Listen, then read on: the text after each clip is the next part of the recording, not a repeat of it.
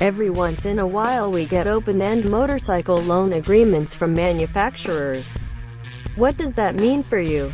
It means we have a chance to really put a motorcycle through the ringer. We have the time to schedule overnight, long rides. We have the time to schedule track days.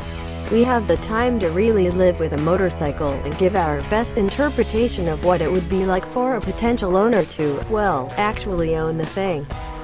Such is the case with Kawasaki's new Z900.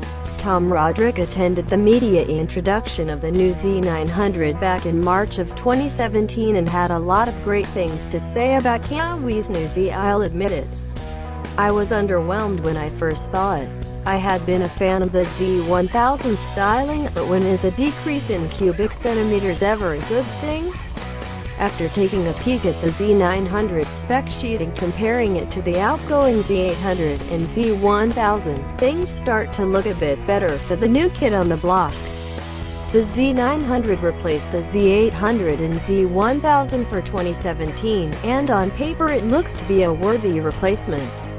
The 900 weighs in at 469 pounds full of fuel. A fair bit less than both the 800 at 506 pounds and 1000 at 488 pounds. Power figures are also not bad on the Z900, especially when considering its base MSRP of $8,399. The Z900 cranks out 115.6 horsepower and 68.1 pounds-feet of torque to its rear wheel compared to the outgoing Z800 at 103 horsepower and 58 feet-pound of torque. When comparing performance numbers and price, the ABS-equipped Z900 rings up at $8,799, while the Z1000 with ABS was $3,200 more and provided 14 more horsepower and 9 more pound-feet of torque.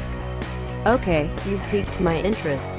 And I guess that green frame is starting to grow on me as well.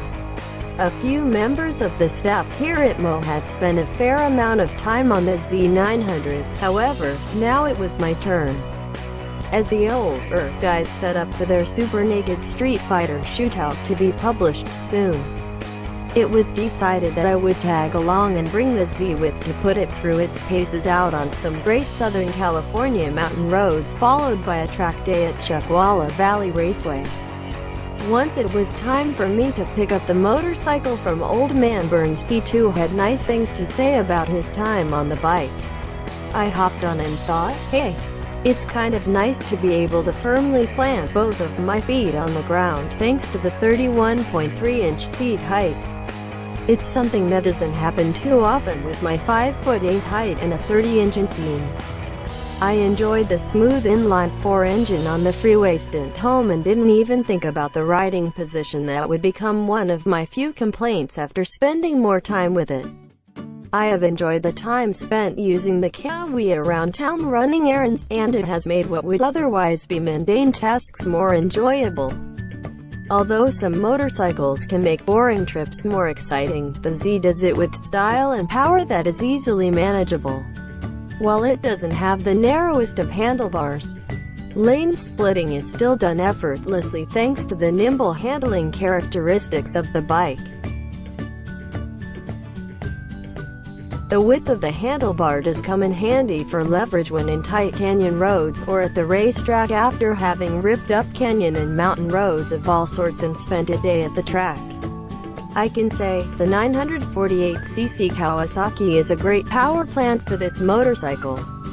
It can be smooth and polite in town and just as easily be spun up out on a nice twisty canyon road enough to put a smile on anyone's face.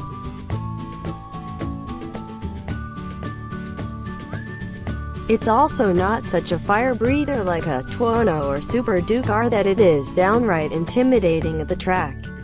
I felt completely comfortable using every bit of the throttle at Chuckwalla. The power comes on predictably without surging. That, combined with a near-perfect fueling, allows the motorcycle to be easily managed with your wrist. Which is a good trait because you won't find traction control or ride modes on the Z900. You have to give some thought to what you are doing to keep yourself out of trouble. Even these other jaded journalists couldn't hide their excitement around the Z900. Managing editor Evans Brassfield had been dropping hints of how excited he had been to ride the bike since March when Tom Roderick came back raving about it. Editor Duke made subtle advances while at Chuckwalla, insinuating he would like some time at the track on a Z, always the calm, cool jungle cat that he is.